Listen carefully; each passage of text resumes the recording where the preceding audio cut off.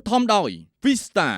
ភោជនីយដ្ឋានក្រវ៉ាញ់គម្រោងដីឡូសរណភូមិអភិវឌ្ឍស្របតាមបទដ្ឋានគោលរបនីយកម្មនិងស្ថាបត្យកម្មបែបអេកូបៃតង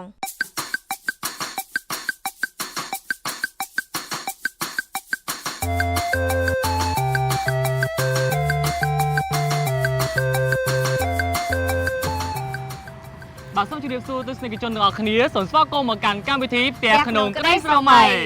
ឬ Dream House ចាហើយពីកម្មវិធីរបស់យើងតែងតែធ្វើការបង្ហាញជូននៅផ្ទះដែលមានភាពស្រស់ស្អាតនិងស៊ីវិល័យមកបង្ហាញជូនទស្សនិកជនទស្សនាតាមអ្វីដែលយើងបានសន្យាបាទមានទាំងផ្ទះស្រស់ស្អាតនិងមានភាពស៊ីវិល័យហើយ MC ទាំងពីរស្អាតទៀតតែចង់ប្រាប់ហ្មងសើណារៀងលើកខ្លួនឯងពេកចាហើយនៅសប្តាហ៍មុនទស្សនិកជនបានទស្សនាហើយនៅលំនៅឋានមួយដែលមានឈ្មោះថា The Penthouse Residence ហើយយើងអាចនិយាយថាជាខុនដូមួយដែលជាលំដាប់កាយ5នៅស្រុកខ្មែរយើងតែម្ដងហើយអ្វីដែលប្លែកជាងគេថាវត្តនៅចាំបានថាជាអ្វីភោជនីយដ្ឋាននៅលើជាន់លើហើយមានការបង្វិល360ដូចកណែនៅជុំវិញខុនដូនឹងតែម្ដងបាទចានិយាយទៅគឺវាប្លែកចឹងនិយាយថាយើងមិនបាច់ទៅដល់ស្រុកគេទេយើងគ្រាន់តែរស់នៅជាមួយនឹងខុនដូហ្នឹងគឺយើងមានអារម្មណ៍ថាដូចជានៅស្រុកគេចឹងព្រោះមានអាងទឹកមួយប្រហែលជាមួយនឹងប្រទេសសិង្ហបុរីចាហើយឥឡូវនៅសប្តាហ៍នេះគឺយើងនឹងលើកយកនៅលំនៅឋានមួយដែលមានភាពស្រស់ស្អាតមកបង្ហាញជូនទស្សនិកជនទស្សនាទៀតហើយដែលមានឈ្មោះថា Bodaichuចា Bodaichu Residence ហើយឥឡូវនេះកំពុងតែឈរនៅខាងមុខទីស្នាក់ការតែម្ដងចាហើយគម្រោងនេះថាវត្តដឹងអត់ថាមកពីប្រទេសខាងណាដែរគម្រោងនេះដូចជាស្ថាបនានិងកសាងឡើងមកពីប្រទេសជប៉ុនបាទចានិយាយទៅគឺគម្រោងហ្នឹងគឺមកពីប្រទេសជប៉ុនតែម្ដងហើយអញ្ចឹងប្រហែលជាការតុបតែងជាមួយនឹងការរចនាបថនៅក្នុងផ្ទះគំរូប្រហែលជារៀងជាមួយនឹងប្រទេសជប៉ុនដែរប្រហែលជាប្លែកនឹងសប្តាហ៍មុនបន្តិចដោយសារតែសប្តាហ៍នេះប្រហែលជាលក្ខណៈខុសផ្នែកគ្នាដោយសារតែខាងនោះបែបអ៊ីតាលីខាងនេះមកពីប្រទេសជប៉ុនឥឡូវយើងចង់ដឹងថាខុសគ្នាបែបម៉េចតោះចូលទៅទីស្នាក់ការទាំងអស់គ្នាចាសូមអញ្ជើញឥឡូវយើងទៅមើលផ្ទះគំរូទាំងអស់គ្នាហ្មងតោះ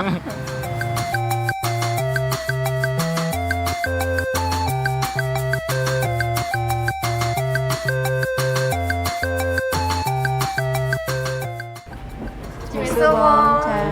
សួស្តីបងពួកខ្ញុំទាំងពីរនាក់មកពីកម្មវិធីផ្ទះក្នុងក្តីសម័យហើយថ្ងៃនេះខ្ញុំអាចសុំមើលពីគម្រោងរបស់បងបានទេចាបងសូមអញ្ជើញបងចា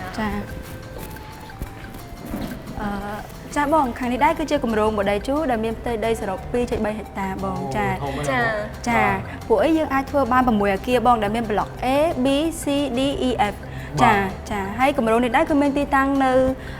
ប្រឆិតជាមួយនឹងប្រឆិតមុខជាមួយនឹងពលានយន្តហោះពោធិ៍តុងចាហើយនៅជាប់ជាមួយនឹងគម្រោងរបស់ Parkson Mall ចាដែលសារទំនើបដែលធំជាងចានៅតាមបណ្ដោយផ្លូវសហព័ន្ធរុស្ស៊ីតែម្ដងចាបងចាហើយចុះសម្រាប់គម្រោងនេះតើមានលក្ខណៈពិសេសអ្វីដែរបង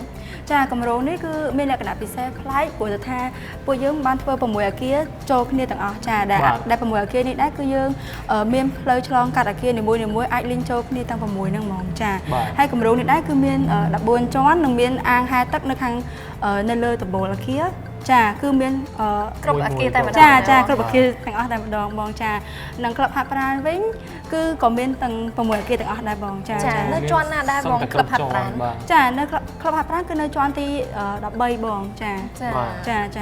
វាទៅមានក្លឹបហាត់ប្រាណនិងអាងហែលទឹកសឹងតែគ្រប់អគារតែម្ដងទីចាបងគ្រប់អគារហ្មងមិនសឹងទេបាទលក្ខណៈនេះគឺធ្វើដើម្បីឲ្យងាយស្រួលសម្រាប់អតិថិជនដែលគាត់បានមករស់នៅទីនេះចាបាច់គឺថាបើមានតាមអគារត្រូវការចំណាយពេលដើរឆ្លងទៅនេះទៅនោះអញ្ចឹងណាអញ្ចឹងនៅអគារអញ្ចឹងយើងអាចឡើងតែជាន់លើអគារដែលខ្លួនឯងទៅគឺអាចចាបានហើយពិសេសទៀតគឺផាសុខភាពបងព្រោះថាក្នុងមួយអគារគឺមានតែ186យូនីតទេអញ្ចឹងបើយើងនិយាយទៅគឺ186គ្រួសារប៉ុណ្ណោះដែលប្រើប្រាស់អាងហែលទឹកជាមួយនឹងក្លឹបហាត់ប្រាណជាមួយគ្នាចាហើយអ្វីដែលសំខាន់ទៀតគឺនៅលើដំបូលហ្នឹងគឺពួកយើងធ្វើជា rooftop garden ដែលជាលក្ខណៈសួនដើរម៉ាស្សាបាតជើងបែបជប៉ុនបងចាឃើញថានៅជុំវិញអាគារនេះតែម្ដងនោះសុទ្ធតែដើមឈើចាបងបៃតងហ្មងគឺស្អាតបាទចុះសម្រាប់6អគារទាំងអស់ហ្នឹងមានប្រមាណយូនីតដែរបង6អគារទាំងអស់ហ្នឹងគឺមាន928យូនីតបងចាចុះទីនេះមានផ្ដល់សេវាកម្មអ្វីខ្លះសម្រាប់អតិថិជនដែលគាត់មកទិញនៅទីនេះហ្មងក្រៅពីដូចមានក្លឹបហាត់ប្រាណក៏ដូចជាសួននៅខាងលើអគារអីចឹងហ៎ចាបងចានៅក្នុងគម្រោងពួកខ្ញុំនេះដែរគឺមានជាដូចជាសាលាមត្តេយ្យក៏នៅខាងក្នុងហ្នឹងចាមីនីម៉ាតមានជាកាហ្វេជារបៀបជា restaurant ក៏មានចាហើយក៏មានជាកន្លែងដែលអាចគាត់ថាគាត់ថ្ងៃសម្រាប់ចាថ្ងៃសម្រាប់ ចុងសប្តាហ៍គាត់អាចធ្វើ picnic ខ្លួនឯងបានអង្គជាសាច់ barbecue ចា ធ្វើញ៉ាំ barbecue អីជុំជុំគ្រួសារឬក៏មិត្តភក្តិអីចឹងបាន សិតតែកន្លែងខ្ញុំចូលចិត្តហ្នឹងធី អញ្ចឹងបើសិនជាពេញចិត្តមែនអាចមានចំណាប់អារម្មណ៍ទិញunit អីចឹងបានចឹងហើយសម្រាប់ថ្ងៃនេះបងនឹងលើកយកនៅផ្ទះគំរូប្រភេទណាមកបង្ហាញជូនដល់ពួកខ្ញុំទាំងពីរនាក់ក៏ដូចជាទស្សនិកជនដែរបង ចាបងចានៅថ្ងៃនេះដែរខ្ញុំនឹងលើកយកផ្ទះគំរូប្រភេទពីបន្ទប់គេងបងយកមកបង្ហាញជូនខាងបងនិងទស្សនិកជនទាំងអស់គ្នាចា ទីគ្រាន់តែថាប្លង់នៅខាងក្រៅស្អាតប៉ុណ្្នឹងចុះទំមបន្ទប់គេងទៅស្អាតប៉ុណ្ណាទៅទស្សនិកជនអញ្ចឹងទៅទស្សនាទាំងអស់គ្នាហ្មងតោះ ចាបងចាអញ្ចឹងអញ្ជើញតាមខ្ញុំបងចា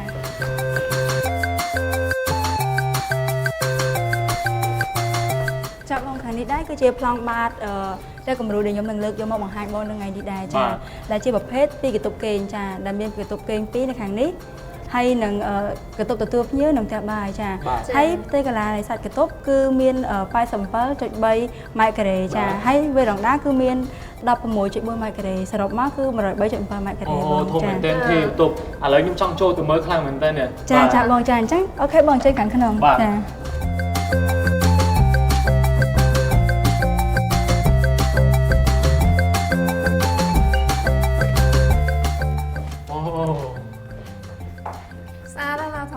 ហ្នឹងហើយ និយាយទៅការតុបតែងមើលទៅលក្ខណៈ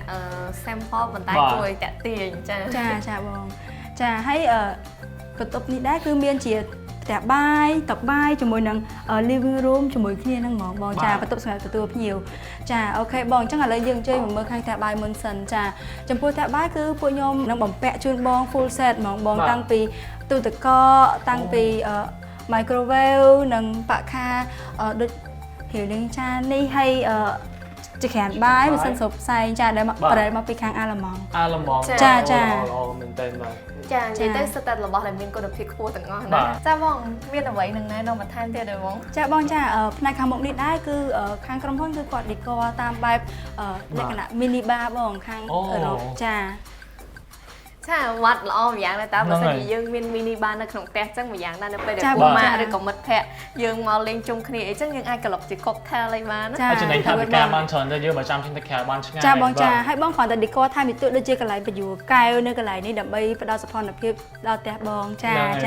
ចឹងខ្ញុំអាចលើដាក់ជាភ្លើងដូចនៅក្នុងក្លឹបអីបានចាឥឡូវស្អីទៅចិត្តយើងចាបងចាអូឥឡូវនេះមានតុបាយទៀត ចាបងចាមានជាតុបាយចាតុបាយនេះដែរ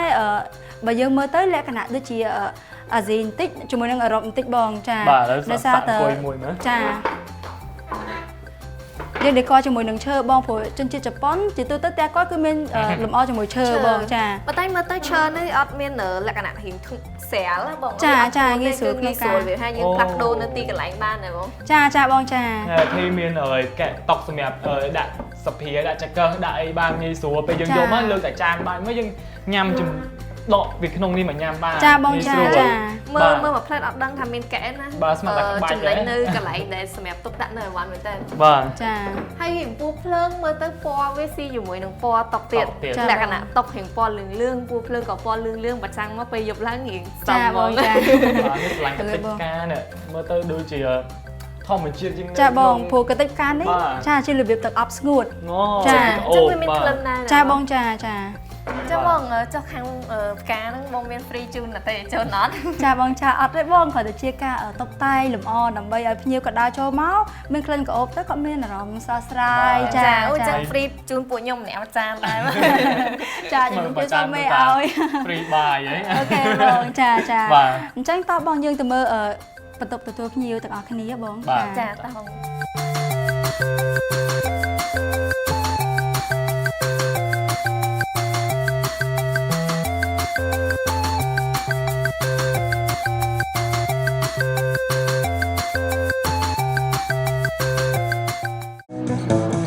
Fiesta គឺជាក្រុមហ៊ុនដែលមានជំនាញក្នុងការផ្ដល់សេវារៀបចំព្រឹត្តិការណ៍និងកម្មវិធីផ្សេងៗដូចជាសិក្ខាសាលាវេទិកាសាធារណៈសន្និសីទសារព័ត៌មានការតាំងពិព័រណ៍ពិធីជប់លៀងនិងការសម្ពោធក្រុមហ៊ុនជាដើមព័ត៌មានបន្ថែមសូមទំនាក់ទំនង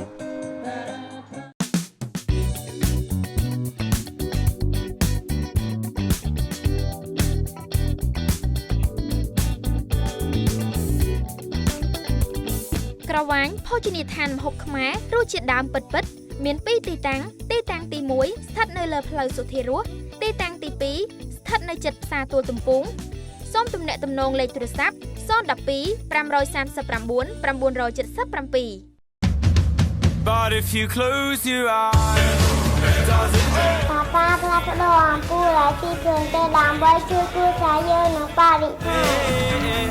We were caught up and lost in all of our vices. In your យើងចូលរួមសន្សំសំចៃអគ្គិសនីដើម្បីក្រុមហ៊ុនយើង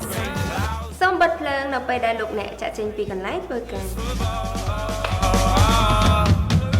យើងទាំងអស់គ្នាអាចចូលរួមសំសំចៃធម្មពលដើម្បីបរិស្ថាន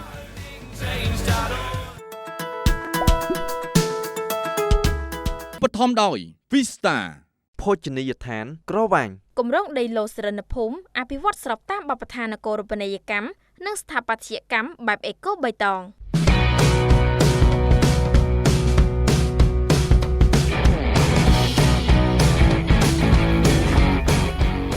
ចាបងខាងនេះយើងក៏គេទទួលភ្ញៀវបងចាចា ចាធំទលាយណាស់បាទណា បាទเราសុំសាក់សឡងតិចសិន ខ្ញុំសុំសាក់កៅអីដែរ ចាបង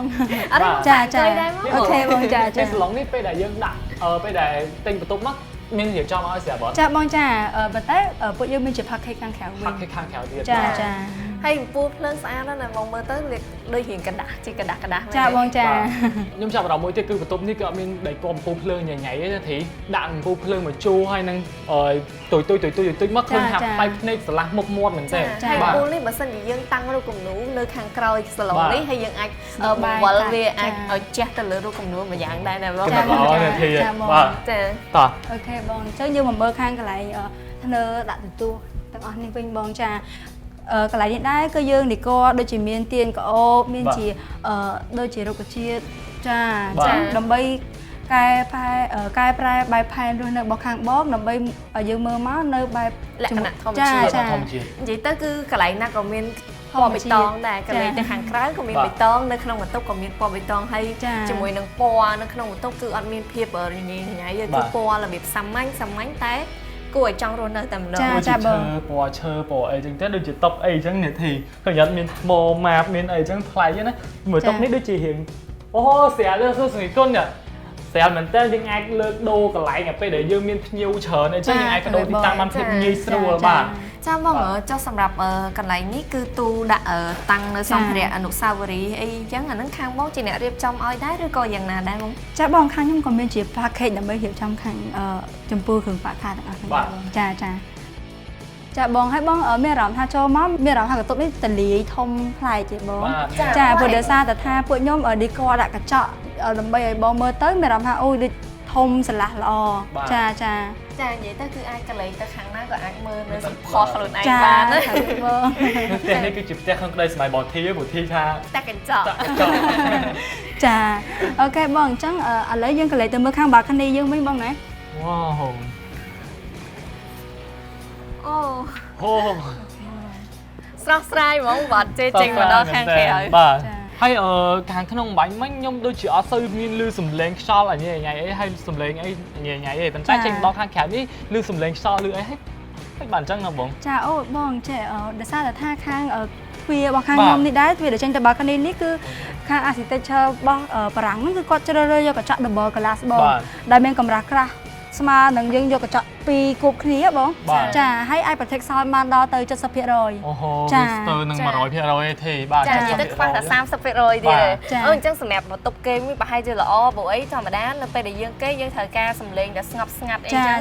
ពេលហ្នឹងមានសំឡេងអីរំខានគឺវាអាចចូលទៅរំខានបាន ចាត្រូវហើយបងត្រូវហើយចាដូចបងកន្លែងមើលទៅខាងនេះអញ្ចឹងវា balcony របស់បន្ទប់គេគឺយើងនៅលិញចូលគ្នាមកដល់ហើយ balcony living room អញ្ចឹងយើងបាន special ណាបងចាបើសិនជាចាទៅគឺគ្រប់បន្ទប់ទាំងអស់គឺមានទ្វារបើកចេញមក balcony ចាបងចា ចាអញ្ចឹងមានតែការខណ្ឌរវាងបន្ទប់យើងជាមួយនឹងបន្ទប់អ្នកដទៃតែដល់ពេលបន្ទប់គេងយើងជាមួយនឹងបន្ទប់ទទួលភ្ញៀវនេះគឺលិញចូលគ្នាតែម្ដង ចាត្រូវហើយបងព្រោះយើងធ្វើបែបគ្រួសារមានទីធ្លាក៏ហុចលេងចាហើយសំខាន់មួយទៀតចំពោះប្រកាន់ដៃវិញគឺពួកយើងធ្វើដល់កម្ពស់ 1.40 បងអញ្ចឹងខ្ពស់ហើយយេបងចា ចាអញ្ចឹងសម្រាប់អ្នកគ្រួសារដែលមានក្មេងទុយអីមិនបាច់ភ័យថា អាចនឹងមានគ្រោះថ្នាក់អីសម្រាប់កូនគាត់ទេណា បាទព្រោះថាក្រុមហ៊ុនគាត់បានរៀបចំឲ្យសុខភាពខ្ពស់មែនទែនបាទឃើញថាខ្ពស់មែនទែន ហើយ view នេះផ្ទាល់គឺដូចនៅជាន់ទី3ដែលបងបានឃើញនៅក្នុងមួយកែអញ្ចឹងគឺយើងនឹង decor ស៊ូវិនជូនគាត់បែបនេះតែហ្មងចា ចាល្អសម្រាប់អ្នកនៅជាន់ទី3នឹងមានអារម្មណ៍ថាដូចនៅជាន់ខាងផ្ទាល់ដីអញ្ចឹង ចាហើយគាត់មាន view មើលដែរ ឥឡូវខ្ញុំចង់ឃើញបន្ទប់គេងដែលជាបន្ទប់លក្ខណៈមេគ្រួសារតោះបង ចាបងចាតោះបងជ័យខាងក្នុងបងតោះ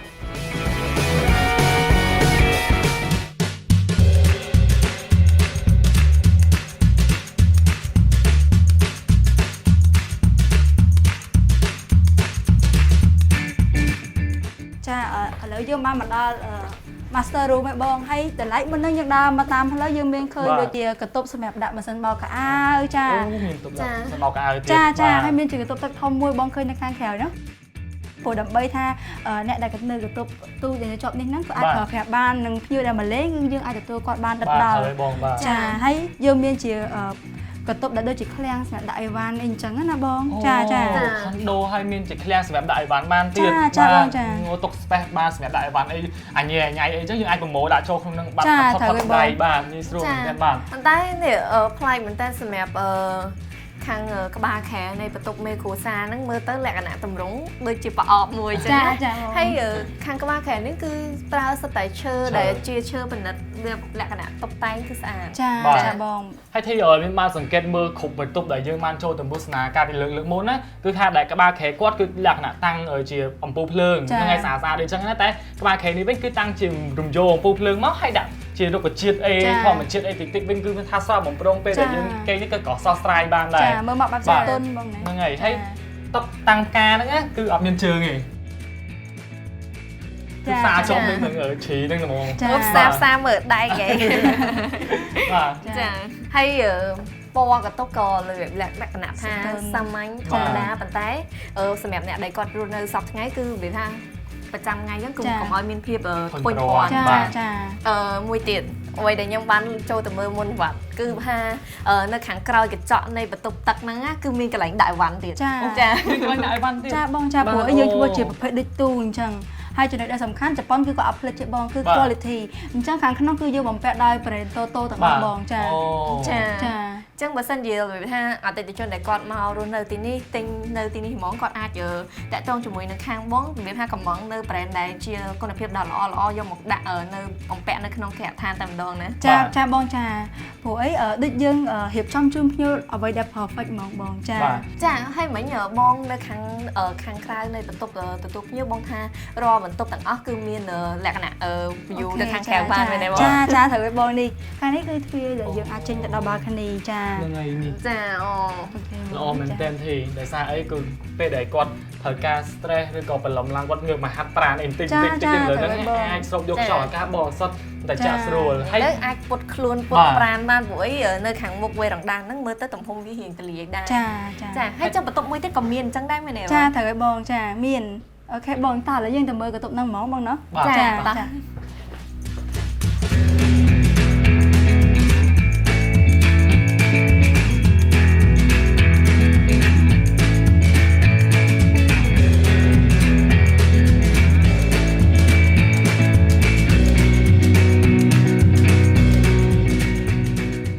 អូខេបងឥឡូវយើងបានមកដល់កន្ទប់ដែលយើងហៅបានថាកន្ទប់កូនឬក៏ជា office ឬក៏ជាកន្ទប់សម្រាប់សិក្សាអីចឹងណាបងចានិយាយទៅមើលបន្ទប់នេះមិនតម្រូវថាសម្រាប់តាកូនក្មេងបើសិនជាមនុស្សធំក៏អាចបានដែរព្រោះអីមើលទៅខាងកន្លែងជញ្ជាំងគឺអាចជាកន្លែងដាក់សភៅបានច្រើនមែនតើសម្រាប់អ្នកដែលគាត់ចូលចិត្តសិក្សាឬក៏មានការងារច្រើនគាត់អាចដាក់ឯកសាររបស់គាត់បានចុះនេះគឺជាសាឡុងឬក៏ជាក្រែគេងដែរបងមើលទៅដូចរឿងអត់ចំចាបងចានេះគឺជាប្រភេទសាឡុងហើយក៏ជាក្រែដែរបងយើងហៅថា sofa bed បងចាមើលខ្ញុំសាក់ដល់រុញសាឡុងខ្ញុំមិនដែរឃើញសាឡុងបែបហ្នឹងឯងចាំមើលរុញទៅខ្លាចជាក្រែសាឡុងមិនមកខ្ញុំទៅសាក់ហើយឯងមើលទស្សនិកអញ្ចឹងគាត់ចង់ដឹងដែរថាសាឡុងបែបក្រែមកខ្ញុំជួយកាន់ខ្នើយឲ្យរុញហ៎បាទ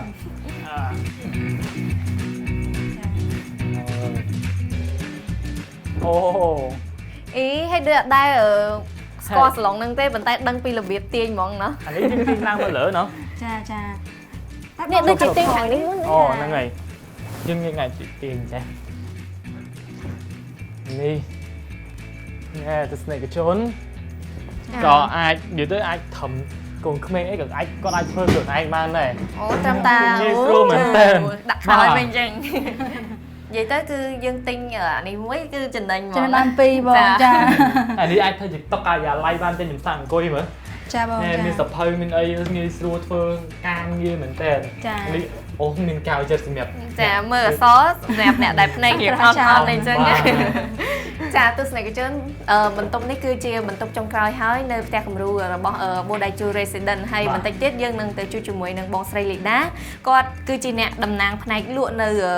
các nhà lấy to lên tay mà đòn chà xong chân từ chu chu mùi có tặng óc nè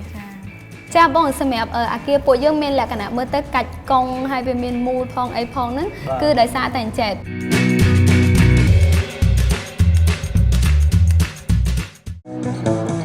Fiesta គឺជាក្រុមហ៊ុនដែលមានជំនាញក្នុងការផ្តល់សេវារៀបចំព្រឹត្តិការណ៍និងកម្មវិធីផ្សេងៗដូចជាសិក្ខាសាលាវេទិកាសាធារណៈសន្និសីទសារព័ត៌មានការតាំងពិព័រណ៍ពិធីជប់លៀងនិងការសម្ពោធក្រុមហ៊ុនជាដើមព័ត៌មានបន្ថែមសូមទំនាក់ទំនង ក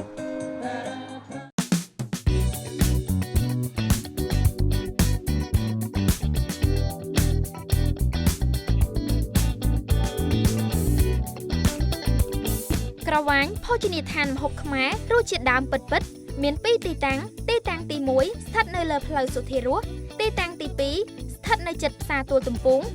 សូមទំនាក់ទំនងលេខទូរស័ព្ទ 012 539 977 ម៉ាលីយ៉ាកូនមិនទាន់គេងទេអី ចាបង ហើយកូនកំពុងតែរៀបសភៅសម្រាប់ថ្ងៃស្អែកមែនទេ ចាពុកគឺសភៅមេរៀនវិទ្យាសាស្ត្រសម្រាប់ថ្ងៃស្អែកដែលអ្នកគ្រូផ្ដាំថាយើងត្រូវរួមគ្នាការពារសន្ទប់អូសូនដើម្បីភពផែនដីយើងដូច្នេះយើងត្រូវកាត់បន្ថយការប្រើប្រាស់ម៉ាស៊ីនត្រជាក់និងឧបករណ៍ដែលប្រើប្រាស់សារធាតុ Hydrochloroplui Orocarbon HCFC ដែលមានប្រើប្រាស់ច្រើននៅលើពិភពលោកហើយមានសារធាតុបំផ្លាញសន្ទប់អូសូនជាច្រើនទៀតដែលប្រើនៅក្នុងបំពង់ spray បំពង់ពន្លត់អគ្គីភ័យទូទឹកកកម៉ាស៊ីនត្រជាក់ថ្នាំកសិកម្មនិងសារធាតុផលិតអេប៉ុងជាដើមពុកដឹងទេការលុបបំបាត់សារធាតុបំផ្លាញសន្ទប់អូសូនក៏បានចូលរួមកាត់បន្ថយការកើនកម្ដៅនៅលើភពផែនដីយើងផងដែរអូបាទកូនពុកយល់ហើយ ការពារសន្ទប់អូសូនការពារភពផែនដីយើង បឋមដោយ Vista ភោជនីយដ្ឋានក្រវ៉ាញ់ គម្រោងដីឡូសរិនភូមិអភិវឌ្ឍស្របតាមបទដ្ឋាននគររូបនីយកម្មនិងស្ថាបត្យកម្មបែបអេកូបៃតង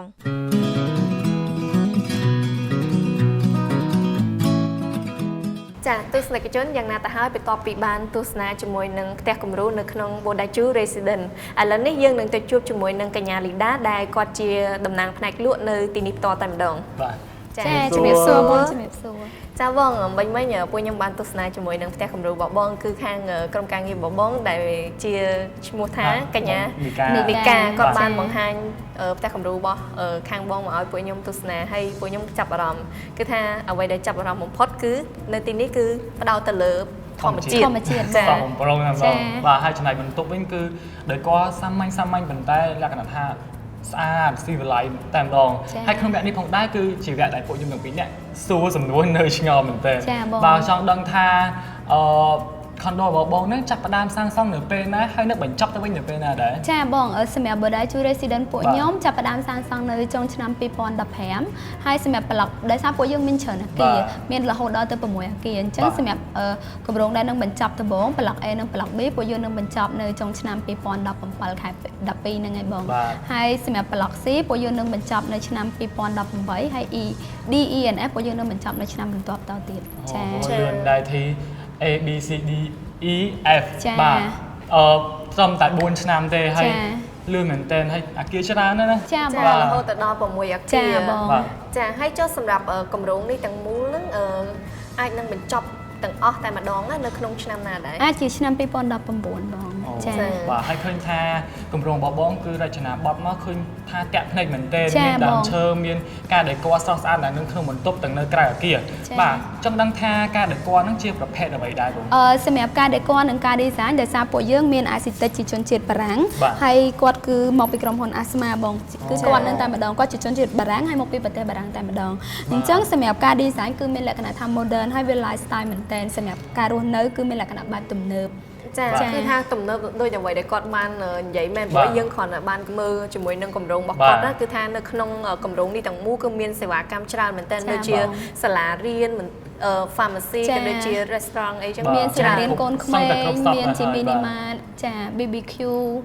ចាមានទីធ្លាសម្រាប់អាចនិយាយថាជួបជុំក្រុមគ្រួសារក៏ដូចជាមិត្តភ័ក្តិធ្វើជាការអាំង BBQ ជុំគ្នាចា ហើយតិចទៀតទិញមួយម្នាក់thìហើយណាត់គ្នាជួបជុំគ្នាអាំងសកាញ៉ាំមក ចាបង ចាបងចុះសម្រាប់ការ